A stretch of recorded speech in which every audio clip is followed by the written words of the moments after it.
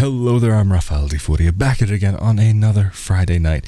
And this week I wanted to talk about something that I've referred to here a lot on this channel about small towns, living in a smaller city in Italy, and why I prefer the smaller cities over the bigger cities. I've talked a little bit about this before, but I wanted to talk about it maybe a little bit more specifically. Why? Because if you've been watching my videos, you're probably familiar with that. I always recommend going with a place that's not too big, not too small, but of course, everybody has what's right for them. These are just the reasons why I personally prefer to be in a place that's a little bit smaller and a little bit out of the way. But before we get too much deeper into this video, if you would like to see more content like this about moving to Italy, Italian dual citizenship, and living life abroad, please be sure to subscribe with that notification bell turned on. And if you could also give this video a like and share it with your friends, that would be greatly appreciated because it does help out the channel. And also, some of you may see that I am recording inside this week. Even though it's a very similar format, I know you guys have been enjoying the outside background a lot more.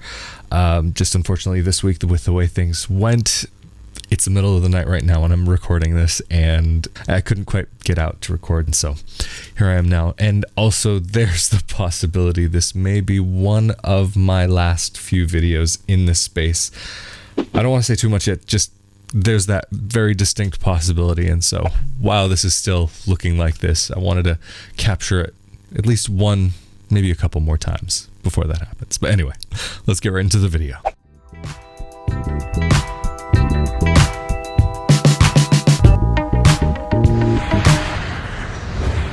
I can't remember if it was on How I Met Your Mother and Said by Barney Stinson, but there was some show, and it sounds like something that would come out of Barney Stinson's mouth.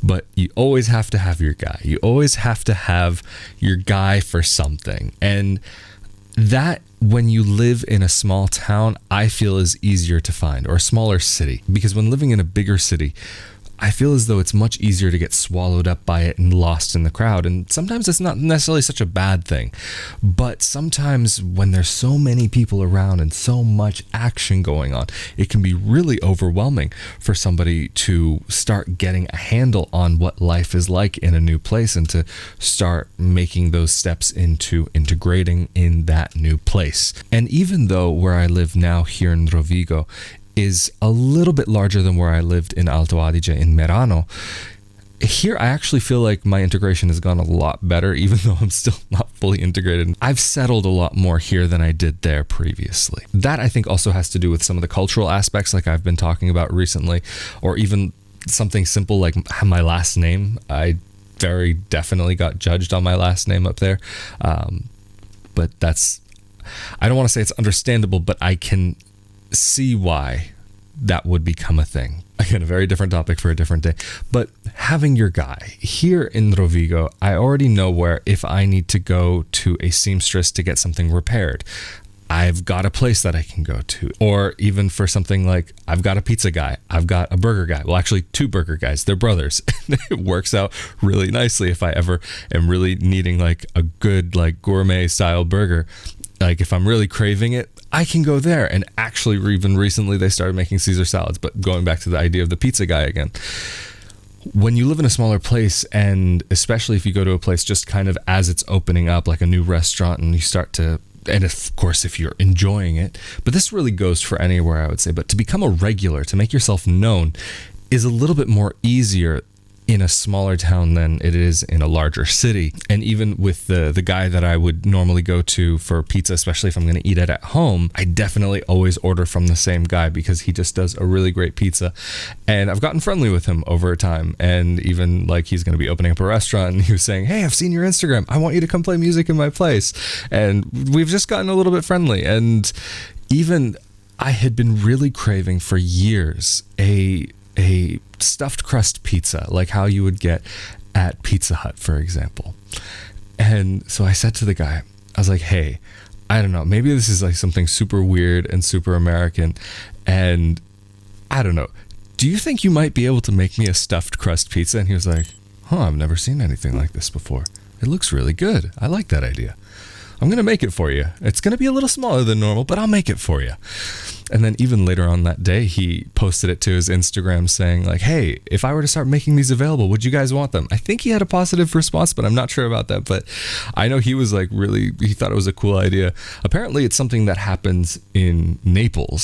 So I don't know. But anyway, it was cool to have a relationship that's built up over time to where that has been possible to do, just because in a smaller town, you don't have to do as much to stick out. I don't know. It's not even quite what I'm trying to say, but to make an impact doesn't necessarily, it's not something you have to work as hard for to make those relationships with people where you see them on a regular basis. Of course, even with all of this said, there's still the struggle of trying to fully integrate into a new lifestyle, living that pizza pasta amore life like I've talked about so many times.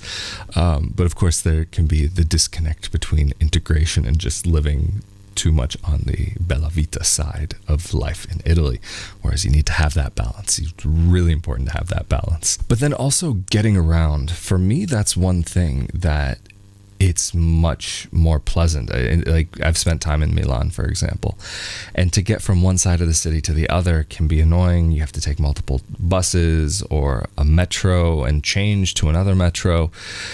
And I mean, even just Milan to begin with, it's not the type of place that I would enjoy to live. It's really not my type of place. Fun for a visit, but I would have a very difficult time if I wanted to make my life there. I have spent a good chunk of time there previously before moving to Italy, but to really settle into a neighborhood and get that neighborhood feeling, I feel is much more difficult in a lot of larger cities. Maybe there might be places where you can find that a little bit more, but once you start getting into city life, then to really start becoming a regular at a place, even to if you're going to the tabacchi or you're just picking up lotto tickets, not even cigarettes or anything, it will take longer before they start recognizing, oh, you're that person who comes in regularly, and start becoming more friendly. Both here where I live now and where I lived previously, people did, after a very short period of time, say, hey, are you from England or something? Or where are you from? You're not from here, clearly. And they will get that interest based on that, because when you're in a smaller place, sometimes because there are so many fewer foreigners, that it's a little bit more of it's a bit more of an odd kind of situation for them to see. I can't think of the word exactly right now, but it becomes something where people will strike up that conversation with you. Of course, depending on where you come from. Sometimes people do feel certain ways about people coming from certain parts of the world, which is unfortunate, but this is the reality of things, which is also important to keep in mind, is that people will judge you based on where you're from. And even for me, people will judge me poorly or incorrectly because of where I come. And that actually happened to me very recently. I won't go into it in this video, but you can't judge a person simply because of the country where they're from and the color of their skin. Everybody deserves a chance of their own accord based on what they've done themselves, who they are, who that individual is. Unfortunately, sometimes when you have a large group of people and some representatives of particular groups make a bad name for that group, that can end up making it horrible for the rest of everybody. It only takes a few rotten apples to spoil the bunch, or whatever the saying is. It's the middle of the night. Cut me a little slack if my idioms are a little off tonight. But getting around, like I was saying before, here in Rovigo, or even when I lived in Merano, I've owned a bike in both places. I own the same bike in both places. But I have to say that I really almost never end up using it, because the time that it would take to lock it up and then ride to the place and lock it up again would take roughly the same amount of time as if I were to just walk there. Of course, for further distances, yeah, it would make a bigger difference, of course, but for just getting around to most of the places that I need to get to, it doesn't make that much of a difference and would be more of a hassle than anything. So I end up not really using my bike. I mean, I've maybe ridden my bike in the whole year and a half that I've been here, however long it's been now. Maybe twice, maybe. And that's something that I know a lot of people want to move to Italy for, is to be able to live in a place where you can get around by bike easily. And there are a lot of people here in Rovigo, don't get me wrong. There are a lot that actually only ride their bike around the city. There's a whole movement of anti-cars here, and people will have things on their bikes saying about how they're not producing CO2 or something. I'm not exactly sure. I don't I try not to get into politics too much, but that's just been one thing that I really like, is that it's quite easy to get around. But also with the particular location of the village, or not village, but the small city that I'm in, it's not difficult to get to the train station. And from the train station, for me to get from place to place, from city to city, wouldn't be that difficult if I ever have that need to do so. And also living in a smaller city, of course, you get away from a lot of the hustle and bustle that you can find in larger cities. With people always stressed out about work and just pushing forward, you can kind of enjoy life a little bit more, take that time to take a little bit more of a break and breathe. I mean, especially if you're comparing where I live in Rovigo in comparison to Milan, it's night and day. In Milan, it's a working city, very much so, and people are always go, go, go there.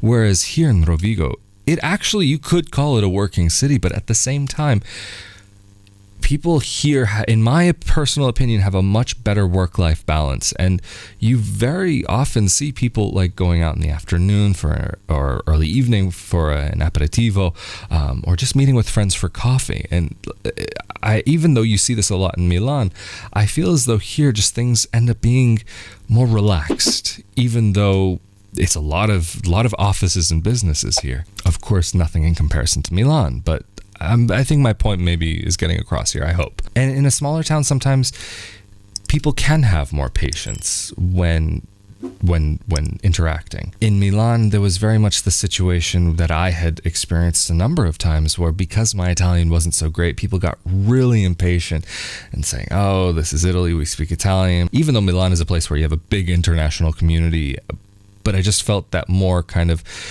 because I couldn't get the words out fast enough, that I was very much being judged for that, and being treated a certain way because of that. I don't care if someone judges me for how I speak. Like, what am I going to do about it? At the end of the day, it really doesn't make a difference in my life. But this is just something that over time, when it happens more and more, it can end up taking a little bit of a toll on you. Whereas here in Rovigo, and even in Merano to an extent, I felt that when I have my interactions outside of the home, outside of social situations and kind of normal everyday experiences, it's really all in Italian, unless the person ends up speaking to me in dialect. Then it's like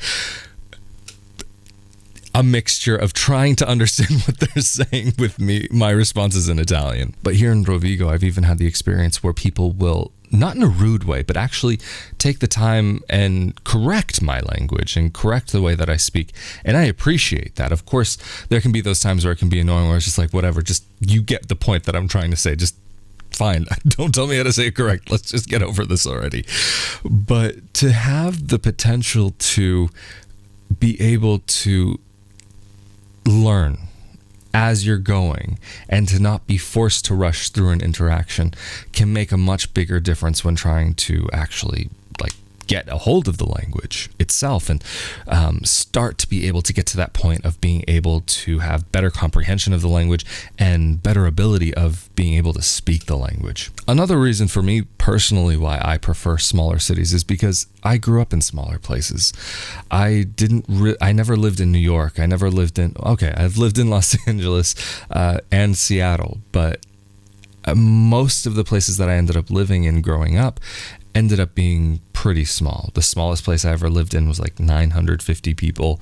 But then other places we could be getting into the hundreds of thousands. But even when I lived in larger cities, like even in Los Angeles or Seattle, we always lived outside of the downtown area, so it was never that I grew up in that hustle and bustle, and just how cities can end up being, where you feel like you're really in a city rather than maybe a more residential area, for example. I don't know if that's making quite so much sense, but definitely most of the places that I lived in had a small town feel. I mean, even those places I lived in that were like, even there was one place that I lived in that was like 20,000 people, for example, or I ended up even living in Boise, Idaho for a little while, and that was, I think, 500,000. And so even though there's a lot of people, of course, in Boise, everything is super, super spread out, even though it's all the same city. So even if you're downtown, it doesn't feel like a big city downtown. It feels like a downtown, just not like a New York kind of downtown. And so because that's more familiar to me, I rather have something that's more on that level rather than throwing myself into a situation that's completely foreign to me.